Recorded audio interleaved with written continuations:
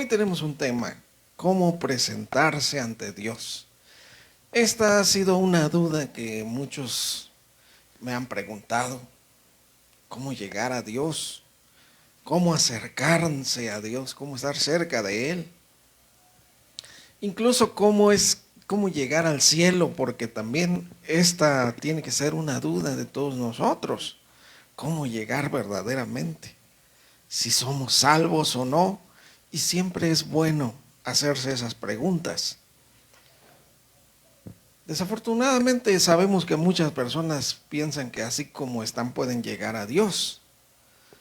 Algunos piensan que haciendo buenas cosas o portándose bien ya van a irse al cielo. Pero los que piensan que con ser buenos llegarán a Dios, no van a necesitar a Cristo, ni leer la Biblia, ni obedecer la palabra de Dios, porque piensan que por sus propias obras, por portarse bien, por ser buenos, ellos pues van a poder llegar a Dios, ¿no?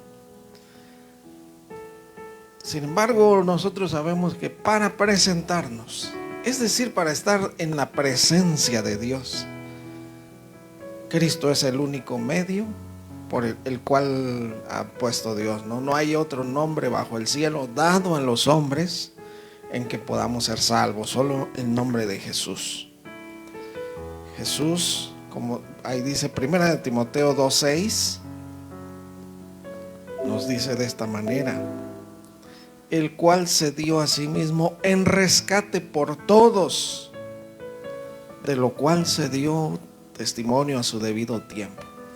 Es el rescate que Él vino a dar, a hacer por nosotros, a rescatarnos, porque de ninguna manera podríamos acercarnos a Dios, ni presentarnos ante Él, ni disfrutar de su presencia, y mucho menos tratando de ser buenos, siguiendo religiones o hacer sacrificios, bueno, de tantas maneras que el hombre siempre ha tratado de presentarse ante Dios.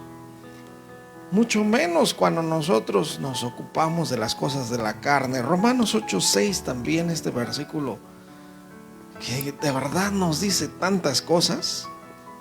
Romanos 8:6 dice: porque el ocuparse de la carne es muerte, pero el ocuparse del Espíritu es vida y paz. ¿Qué es ocuparse de la carne? Es ocuparse de las cosas de esta vida, como el dinero, los placeres, comodidades, estar todo el tiempo en otros asuntos y nunca, pues, buscar a Dios de todo corazón, buscar a Dios y cambiar sus vidas, y es lo que no quiere hacer la gente nunca. Lo que sí quieren es recibir las bendiciones de Dios, pero sin cambiar. Eso sí les gusta. Comodidades, decía yo, placeres, dinero, negocios, trabajo, todo eso es ocuparse de la carne. Pero eso no va a producir nada más que muerte, porque todos estábamos ya destinados a la muerte. La paga del pecado es muerte, mas la dádiva de Dios es vida eterna en Cristo Jesús, Señor nuestro. Ya teníamos como fruto la muerte en nosotros, ¿no? Y siguiendo ocupándonos de las cosas de la carne, pues lógicamente va a seguir habiendo muerte. Ocuparse del Espíritu también. ¿Qué es ocuparnos del Espíritu? Ocuparnos del Espíritu es estar en la iglesia, estar en oración, obedecer la palabra de Dios por sobre nuestras ideas, por sobre nuestra vida entera. Morir con Cristo, realmente dejar todo por Cristo. Él nos dijo: el que no aborrece a su padre, a su madre, a su casa, todo eso por venir a mí, no es digno de mí, dijo Jesús. Pero Él estaba diciendo: el primero es Dios, y después todo lo demás. Porque si no, pues nunca va a haber fruto. Eso es el ocuparse del Espíritu, y va a producir vida y paz. A Dios no lo podríamos engañar. Él sabe cómo estamos, Él sabe cómo somos. Job 34, 21, unos versículos que nos dicen tantas cosas. Job 34, 21 dice: porque sus ojos están sobre los caminos del hombre y ve todos sus pasos, cada decisión que tomamos, cada pensamiento es conocido por Dios. Él conoce los caminos del hombre, ve todos sus pasos, dice el versículo 22. No hay tinieblas ni sombra de muerte donde se escondan los que hacen maldad. No hay lugar que nos podamos esconder de Dios, como dice el Salmo 139. El Salmo 139 nos habla de la omnisciencia, omnipresencia de Dios. También ahí dice el versículo 1, Salmo 139. Oh Jehová, tú me has examinado y conocido. Dios examina nuestras vidas en todo tiempo. Dios examina a todos y cada uno y sabe cuál es el tesoro de nuestro corazón. Es decir, lo más importante que hay para nosotros.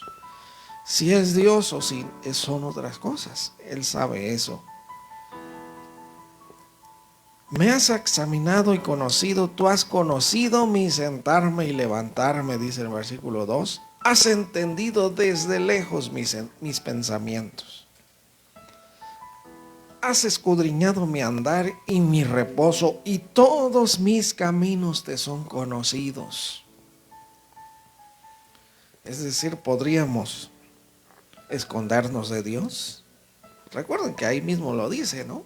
En ese mismo Salmo 139, si yo me fuera hasta el Seol, ahí estás tú. Si me fuera al extremo del mar, ahí estás tú.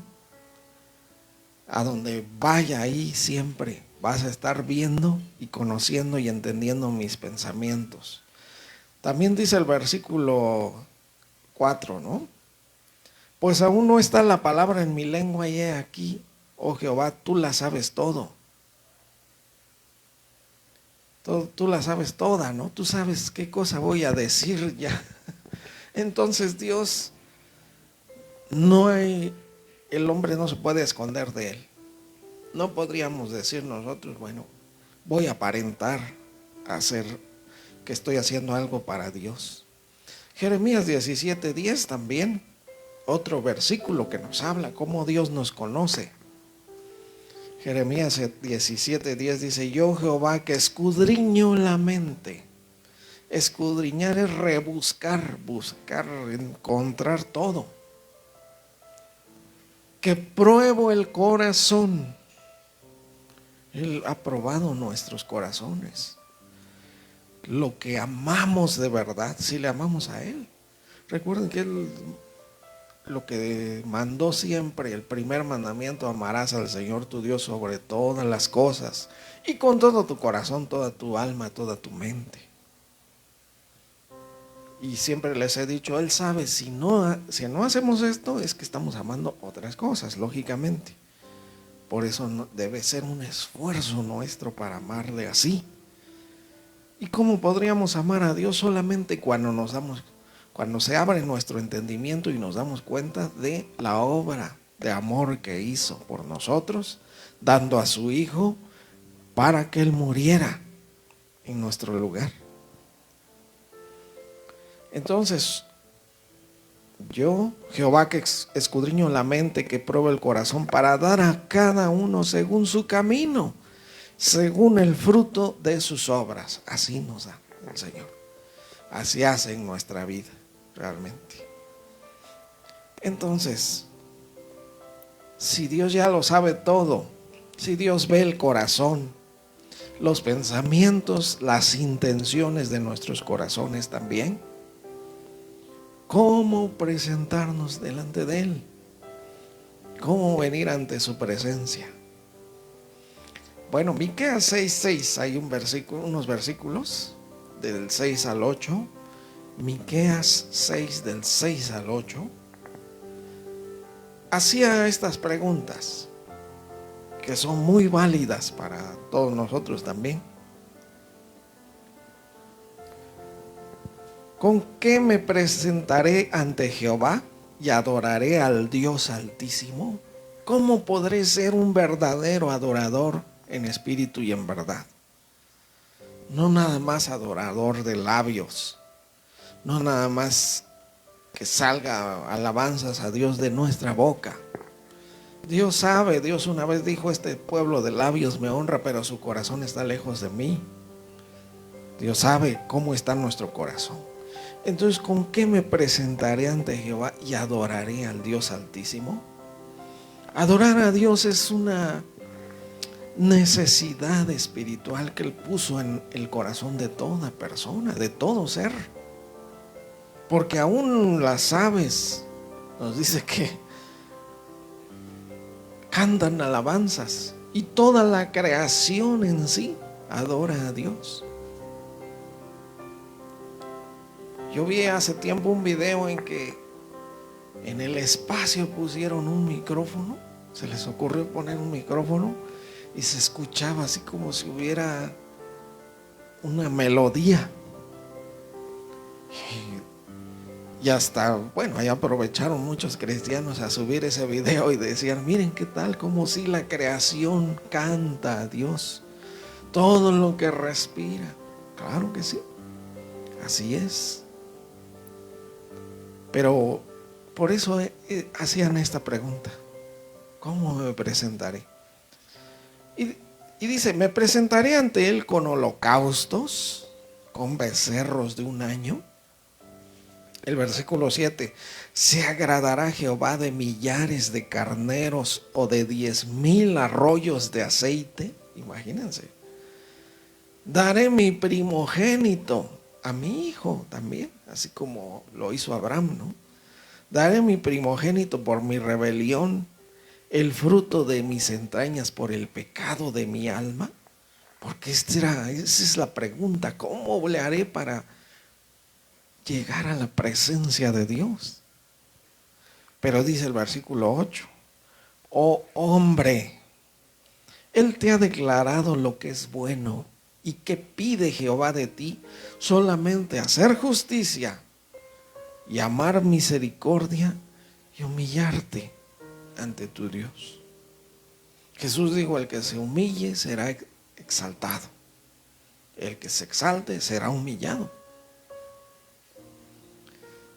Hacer justicia es vivir en obediencia a la palabra de Dios. Toda justicia nos la enseña nada más la palabra de Dios. Es útil para corregir, para instruir en justicia, a fin de que el hombre de Dios sea perfecto, enteramente preparado para toda buena obra. Así es la palabra de Dios, nos instruye en justicia. Solamente hacer justicia. Sé justo, dice Dios. Quiero que seas justo.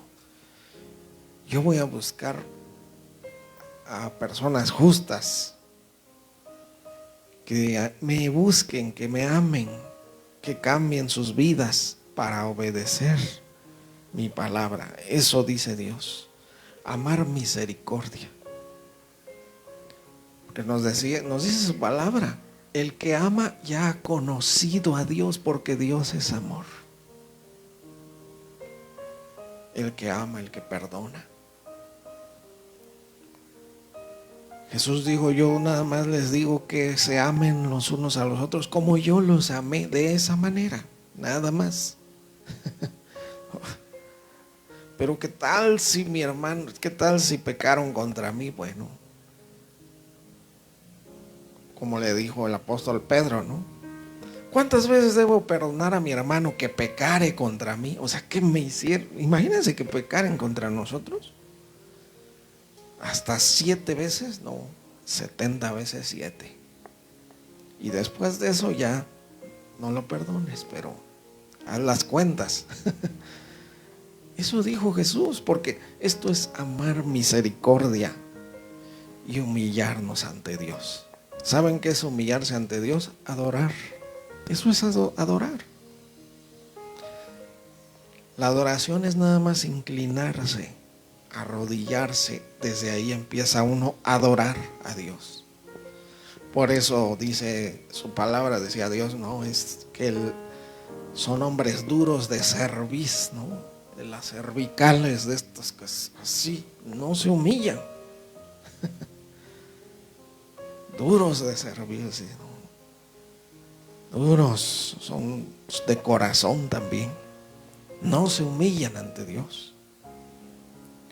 Nosotros pues así tenemos que buscar a Dios, así lo encontraremos, y así nos presentaremos delante de Dios. David decía, tú no quieres sacrificio que yo te daría, y ahí en el Salmo 51 le decía,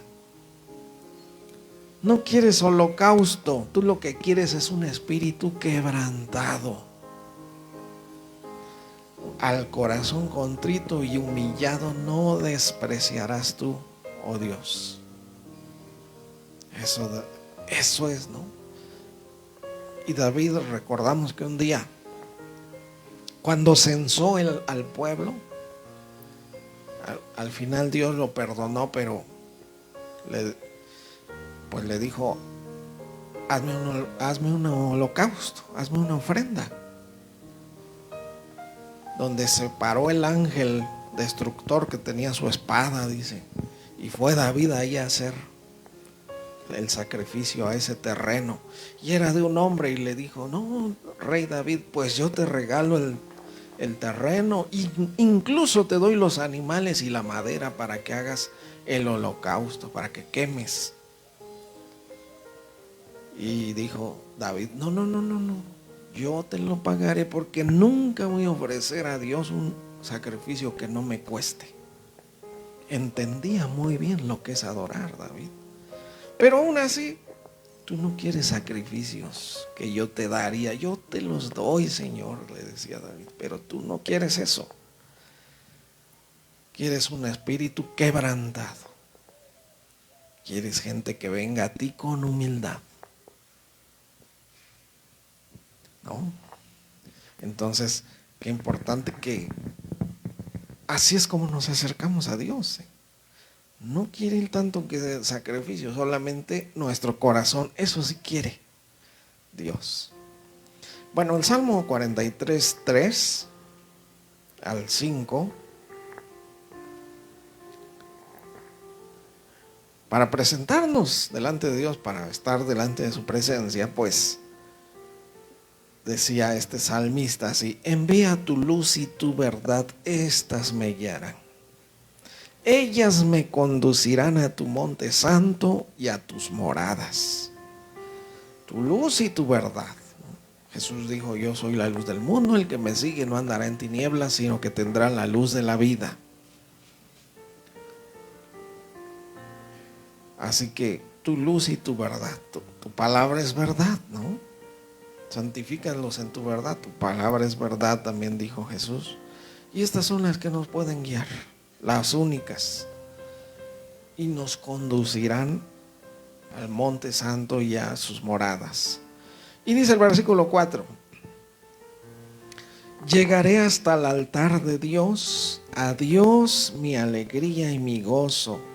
Te alabaré con arpa, oh Dios mío, Dios mío. Y dice el 5 también, ¿por qué te abates, oh alma mía, y por qué te turbas dentro de mí? Espera a Dios, porque aún le he de alabar. Él es la salvación de mi ser y mi Dios. Porque si nuestra alma tiene ese anhelo,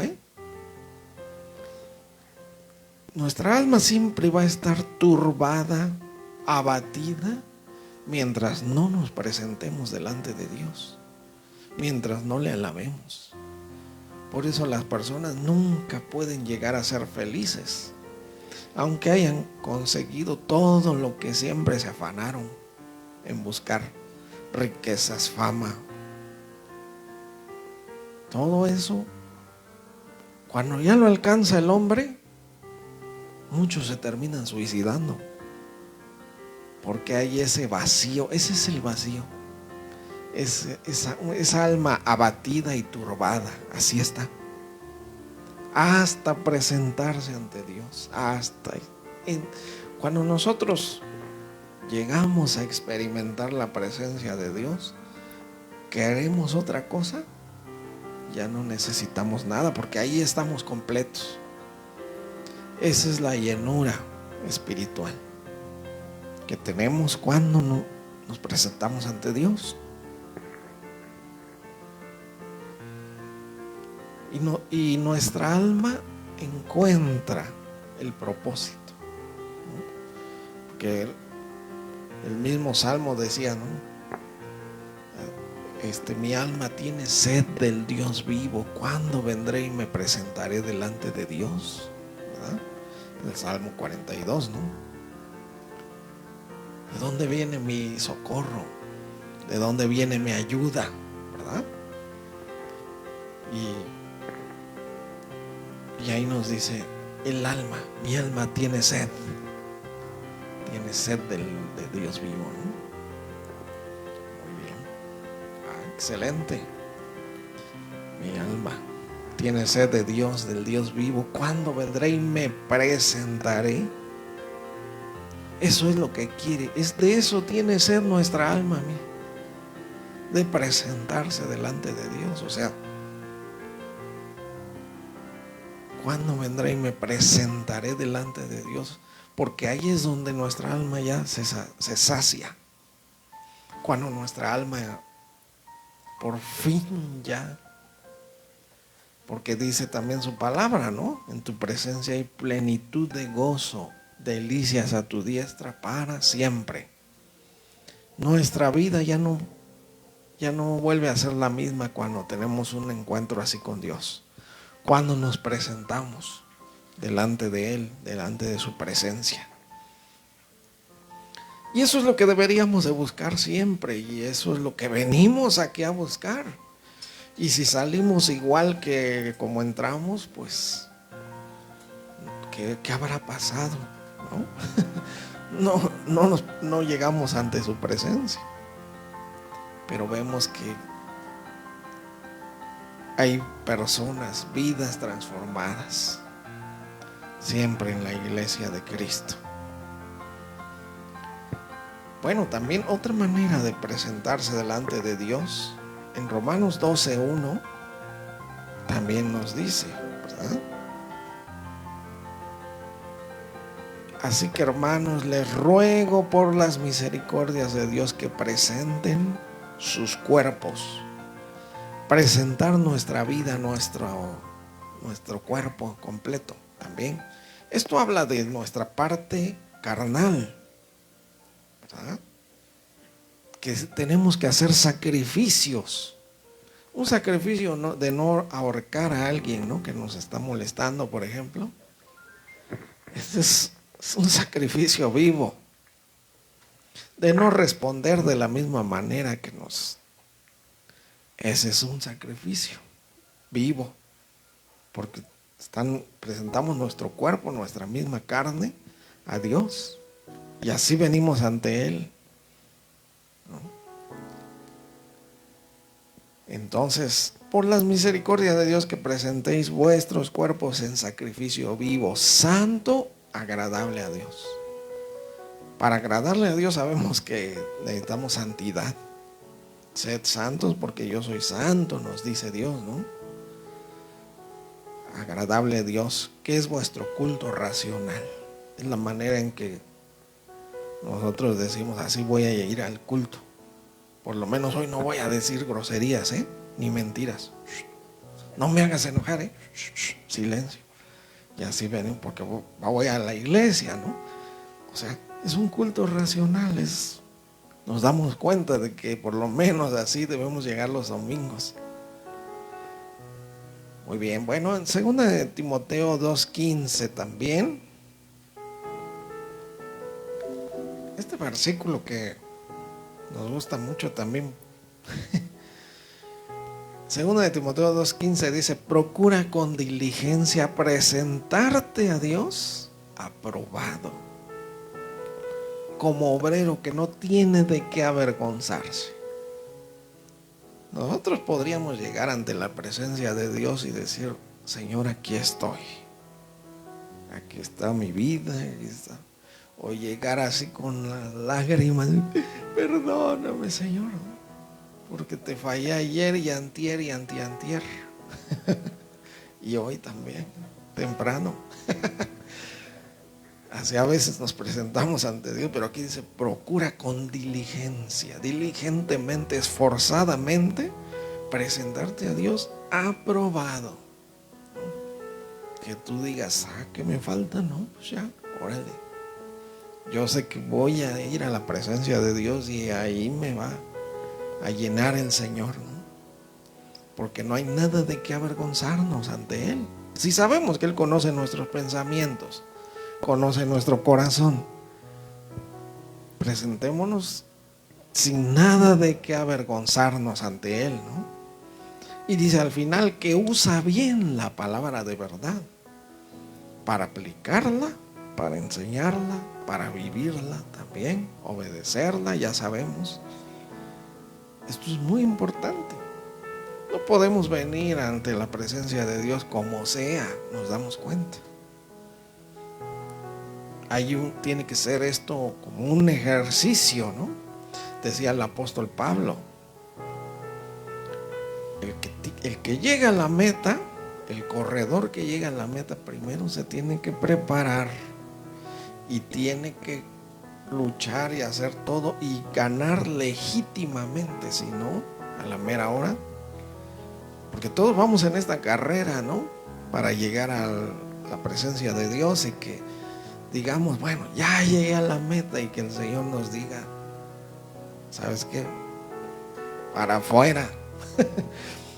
Pues no, para afuera, porque no corriste legítimamente esta carrera, ¿no? Así decía Pablo. Entonces nosotros, pues, a presentarnos delante de Dios aprobados. También segunda de Corintios 2:15. Aquí tiene dos interpretaciones estos versículos. Segunda de Corintios 2:15 y 16. Primero dice: porque para Dios somos grato olor de Cristo en los que se salvan. Es decir, para las personas de la iglesia somos olor grato de Cristo, nos aman, ¿no? Pero en los que se pierden, dice el 16, a esto ciertamente olor de muerte para muerte. Aquellos olor de vida para vida, y para estas cosas, ¿quién es suficiente? Es decir, que cómo nos ven las personas de allá afuera, no, ni nos quieren. Porque somos como un olor de muerte, imagínense, para ellos, Somos como la peste, pues. No. No queremos nada con ese, ¿no? Va a ponerse aquí a hablar de su Biblia y nos va a echar a perder la fiesta. Pero, claro, porque no somos olor de muerte para muerte, pero son para los que se pierden. Pero el 15, ¿no? Decíamos: porque para Dios somos grato olor de Cristo en los que se salvan. Entre nosotros, ¿qué tal nos amamos, no? Yo veo ahorita a las hermanas abrazándose, riéndose. Qué cosa tan preciosa, qué amor. Porque lógicamente ya ahorita entre nosotros podemos vernos ya como hijos, como siervos, como ese olor grato de Cristo. Ya olemos a Cristo. Oler a Cristo, imagínense. Pero aquí lo dice, ¿no? En los que se pierden, ciertamente olor de muerte. Estos versículos son fuertes, pero es necesario decirlos también, citarlos. Bueno, Efesios 5:8, nosotros sabemos muy bien esto. Nosotros, ¿de dónde nos sacó Cristo? Nos dice que el Señor, por ahí en Colosenses, nos dice que nos trasladó de las tinieblas al reino de su amado Hijo, ¿verdad? Entonces dice Efesios 5:8, porque en otro tiempo eran tinieblas, mas ahora son luz en el Señor. Anden como hijos de luz. A ver, ¿lo puedes poner en la Nueva Versión Internacional? Para que veamos qué clarito dice aquí, ¿eh? Porque ustedes antes eran oscuridad, pero ahora son luz en el Señor. Vivan como hijos de luz. Nuestra vida debe ser en luz todo el tiempo. Ya no pertenecemos a las tinieblas, ya no pertenecemos a la oscuridad.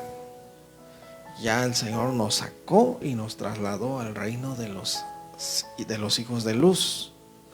Y dice el versículo 9 también, así como está: el fruto de la luz consiste en toda bondad, justicia y verdad, dice esta versión que estamos viendo aquí en pantalla, o bueno, en la pared, ¿verdad? El fruto de la luz consiste en toda bondad, justicia y verdad. ¿Cómo producir frutos? ¿Cómo se dan el fruto del Espíritu? Porque muchos también han preguntado eso. Yo veo que los frutos del Espíritu, que es amor, gozo, paz, paciencia, eso nada tengo. Soy bien impaciente.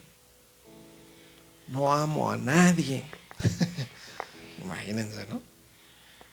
Pero ¿cómo producir esos frutos del Espíritu? Como dice la Reina Valera, ¿verdad?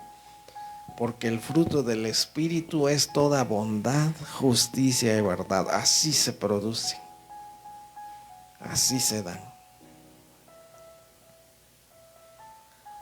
Y dice el versículo 10 también, comprobando lo que es agradable al Señor.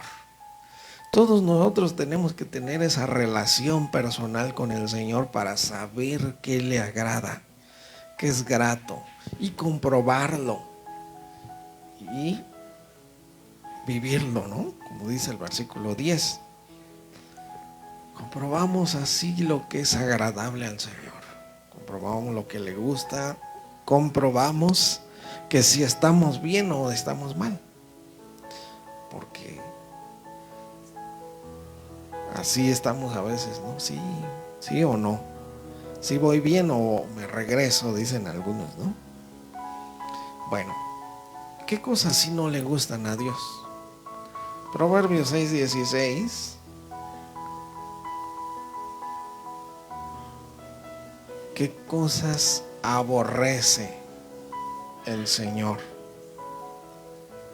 Muy bien, 6 cosas aborrece Jehová y aún 7 abomina su alma.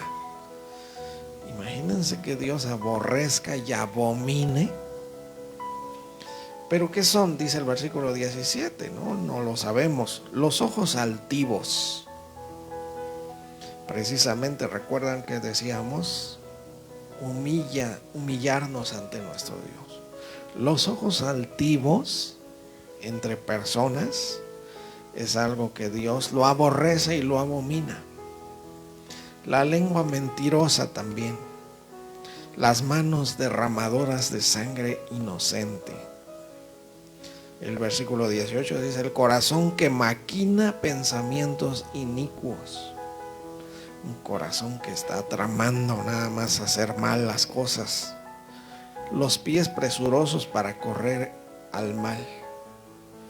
El testigo falso que habla mentiras y el que siembra discordia entre hermanos, ¿no? El que mete a pleito a uno con otro.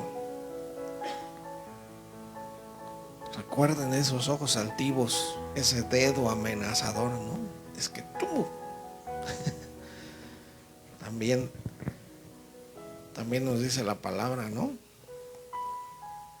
Oh hombre, quien quiera que seas, dice, Por tanto, esto es cuando juzgan a las personas, ¿no? Juzgar a las personas, y ahí nos dice Romanos 2, ¿no? Nos dice de esta manera, creo que es Romanos 2:1, a ver, por lo cual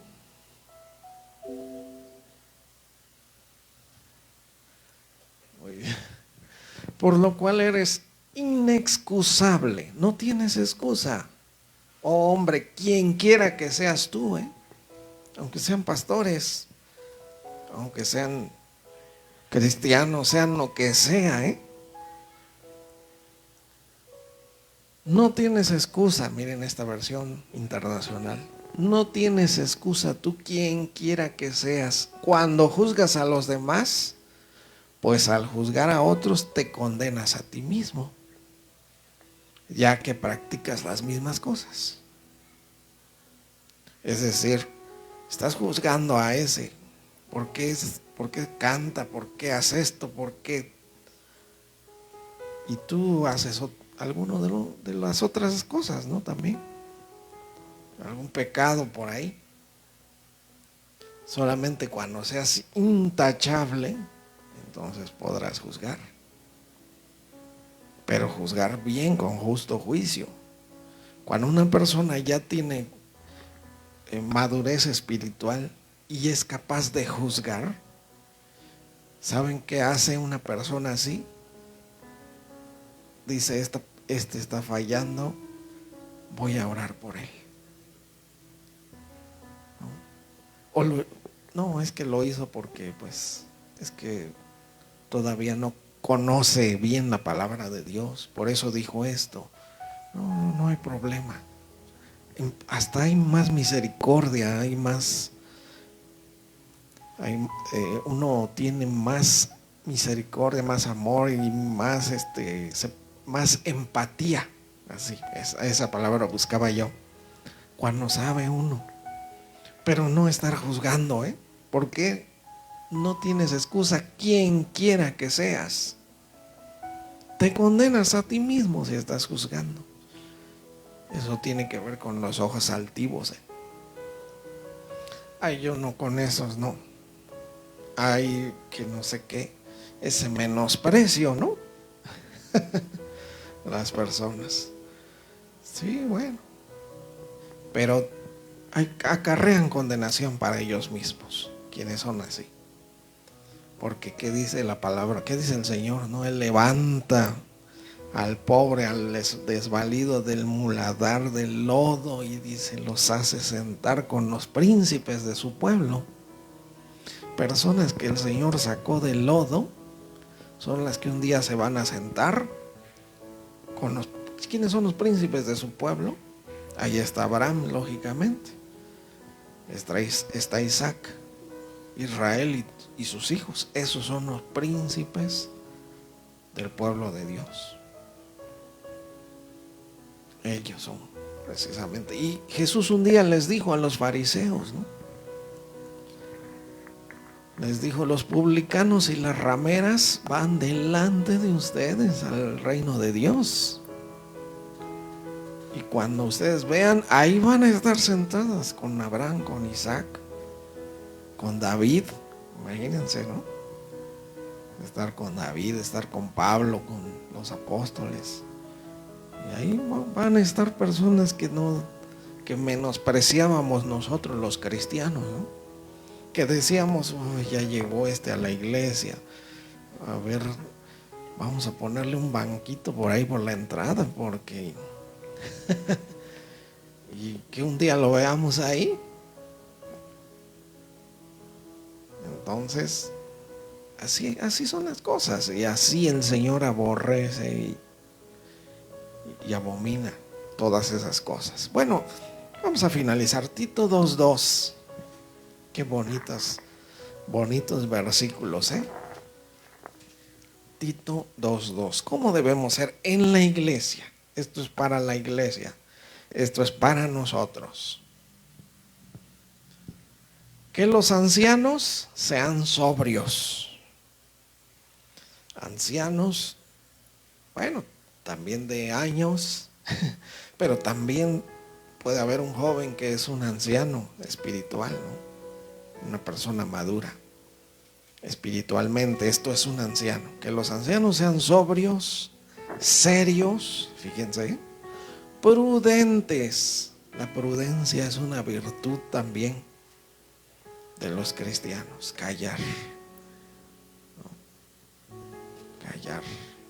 El que calla dice que aplaca la ira, ¿no? La blanda respuesta aplaca la ira. Es mejor callar que ofrecer el sacrificio de los necios, dice también un proverbio.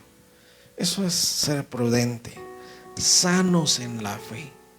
Es decir, que busquen siempre estar bien en la fe. En el amor también, amarse unos a otros. En la paciencia, frutos del Espíritu, ¿no? La fe, el amor, la paciencia.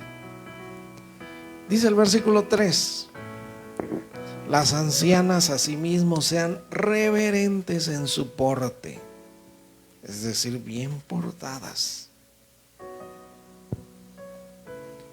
O sea, las mujeres de la iglesia, no calumniadoras, no esclavas del vino, maestras del bien. Enseñen a todos a hacer bien las cosas. Y dice el versículo 4, este precioso versículo también, que enseñen a las mujeres jóvenes a amar a sus maridos y a sus hijos. Esta es una virtud preciosa, ¿no? Ahora que hubo la reunión de damas aquí, qué cosa tan maravillosa, cómo se gozaron, cómo estuvieron ahí en la presencia de Dios, cómo oraron juntas. Qué bárbaro. Pero esto, ¿no? Que enseñen a las mujeres jóvenes a amar a sus maridos, a sus hijos, y a respetar a tantas cosas, ¿no? Dice el versículo 5 también, a ser prudentes, castas, cuidadosas de su casa, ¿verdad?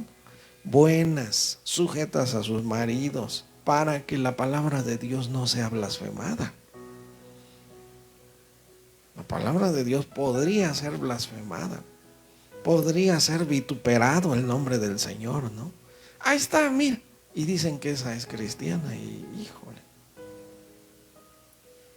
es muy calumniadora, ¿no? No, por eso dice, no calumniadoras, maestras del bien.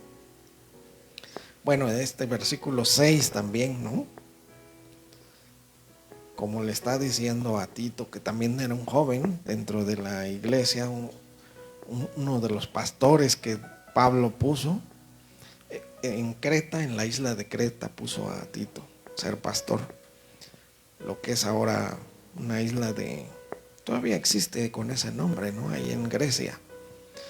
Y le dice el 6, exhorta a sí mismo a los jóvenes que sean prudentes. Unos jóvenes prudentes, sabios. Y dice el versículo 7, presentándote tú en todo como ejemplo de buenas obras, en la enseñanza mostrando integridad, seriedad. ¿Cómo se demuestra en la enseñanza integridad? Es que estoy enseñando, pero lo tengo que aplicar, ¿eh? Eso es una doble tarea y es un esfuerzo. Claro, porque por eso esforzarnos, ¿no? Y dice el 8, palabra sana e irreprochable, de modo que el adversario se avergüence y no tenga nada malo que decir de ustedes. Si algún adversario dijera, ay, mira ese cristiano, esa cristiana, ese muchacho que va a la iglesia y mira cómo es. Estamos haciendo todo lo contrario. Pero cuando nosotros seamos irreprochables, el adversario se va a avergonzar y no va a tener nada que decir en contra de nosotros. ¿Ustedes creen que llegaremos a la iglesia así y hallaremos, encontraremos y nos estaremos en la presencia de Dios, sí o no, claro, ¿verdad? Porque Dios quiere que hagamos también nuestra parte nosotros y Él va a hacer el resto. Él nos va a santificar, Él nos va a bendecir, Él nos va a levantar. Si nos humillamos, nos va a exaltar. Si le buscamos secretamente, nos recompensará en público. Y todo eso lo hace Dios con alegría cuando nosotros sabemos cómo presentarnos ante el Señor. Vamos a hacer oración para finalizar. Gracias, Señor Dios Todopoderoso, por tu preciosa palabra. Y nos enseña cada detalle cómo ser y cómo llegar delante de ti y cómo disfrutar de tu presencia. En tu presencia hay plenitud de gozo y delicias a tu diestra para siempre. Es algo que muy pocos podemos disfrutar, porque vemos aquí en estos versículos que leímos hoy que requieren mucha obediencia a la palabra, requieren negar a nuestros malos deseos, requieren que hagamos las cosas conforme a tu palabra. Ayúdanos, danos fortaleza para seguir adelante. Y te pido que bendigas a la congregación siempre, guardando y bendiciendo a todos.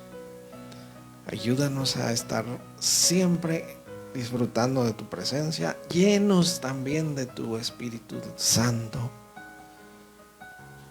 Y que el fuego del Espíritu esté con nosotros y que estemos dispuestos a seguirte, a servirte, a buscarte siempre.